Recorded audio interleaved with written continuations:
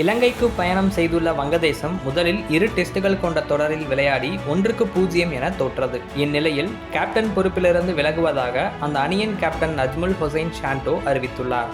செய்தியாளர் சந்திப்பில் ஷாண்டோ கூறுகையில், சர்வதேச கிரிக்கெட்டில் 3 வடிவிலான அணிகளுக்கு 3 வெவ்வேறு கேப்டன்கள் இருப்பது புத்திசாலித்தனமானது அல்ல.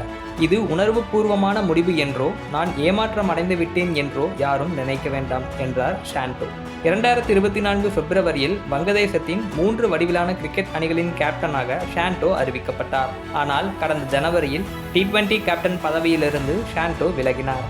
இதனால் லிட்டன் தாஸ் T20 கேப்டனாக அறிவிக்கப்பட்டார். ஷாண்டோ வசம் இருந்த ஒருநாள் கேப்டன் பதவி அண்மையில் அவரிடமிருந்து பறிக்கப்பட்டு மெஹதி ஹாசன் மிராஸ் கேப்டனாக அறிவிக்கப்பட்டார். இச்சூழலில் டெஸ்ட் கேப்டன் பதவியிலிருந்தும் ஷாண்டோ விலகியுள்ளார். ஷாண்டோ தலைமையில் 14 டெஸ்டுகளில் விளையாடிய வங்கதேசம் 4 வெற்றிகளையும் 9 தோல்விகளையும் சந்தித்துள்ளது.